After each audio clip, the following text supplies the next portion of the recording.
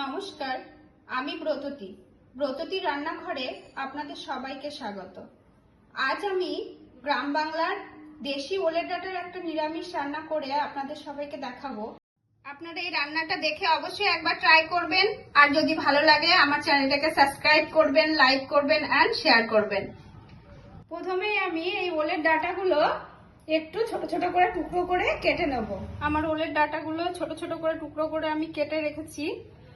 আর এই রান্নাটা করার জন্য যে উপকরণগুলো লাগবে সেটা লাগবে একটু আলু, পটল, একটু কাঁঠালের আটি, আর লাগবে জিরে, আদা আর কাঁচা লঙ্কা আমি একটা পেস্ট করে নিয়েছি, এটা লাগবে।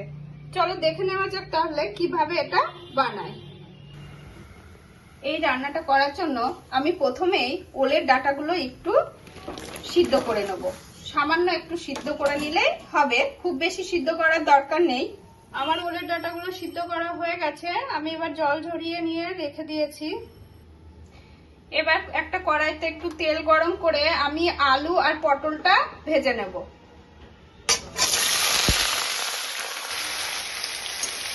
আমার আলু আর পটলটা একটু ভাজা হয়ে গেছে, এবার আমি এর মধ্যে দিয়ে দেবো কাঁঠালের আটিগুলো।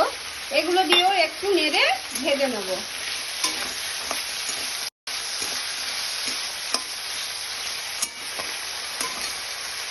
সব সবজিগুলো একটু ভাজা হয়ে গেলে আমি এর মধ্যে দিয়ে দেবো ওলের ডাঁটাগুলো।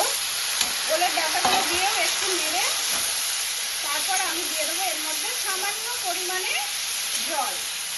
জলটা দিয়ে আমি একটু ঢাকা দিয়ে এটা সিদ্ধ হতে দেব।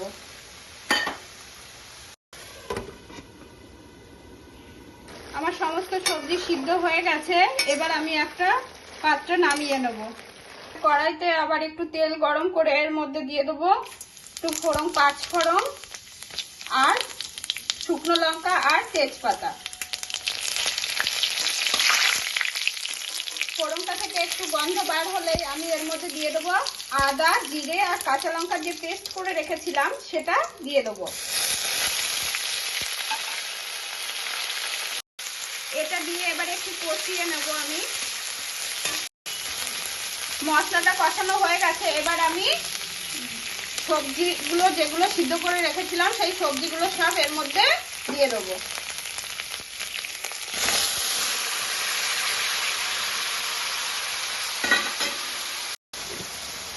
এবার দিয়ে দেবো এর মধ্যে একটু চিনি, স্বাদ মতো একটু চিনি দিয়ে দেবো।